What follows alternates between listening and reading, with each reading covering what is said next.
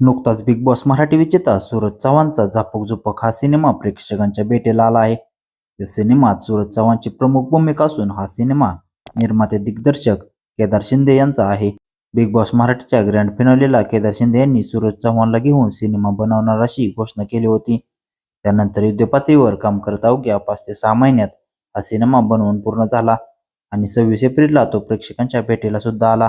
हा सिनेमा प्रेक्षकांच्या पसंतीस पडला आहे की नाही हे बॉक्स ऑफिस कलेक्शनवरून ठरते, पण रिपोर्ट पाहता या सिनेमाला प्रेक्षकांची हळूहळू पसंती मिळत आहे.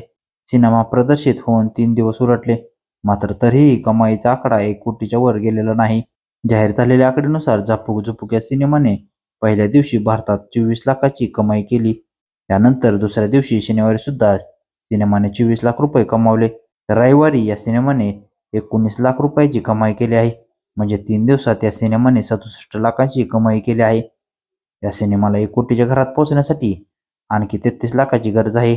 पहिल्या 3 दिवसातच या सिनेमाने 67 लाख रुपये कमावले. तर सूरज चव्हाण हा टिकटॉक व्हिडिओमुळे लोकांच्या नजरेत आलेला. खेड्यापाड्यातला हा राहणारा सूरज चव्हाण वेगवेगळे टिकटॉक व्हिडिओ बनवायचा आणि तो सोशल मीडियावर शेअर करायचा. लॉकडाऊनच्या काळात त्याचे व्हिडिओ प्रचंड व्हायरल झालेले. त्यातून त्याने बरेच कमाई देखील केली. तर तुम्हाला हा व्हिडिओ कसा वाटला कमेंट बॉक्समध्ये नक्की सांगा आणि आपल्या चॅनलला सबस्क्राईब करायला विसरू नका.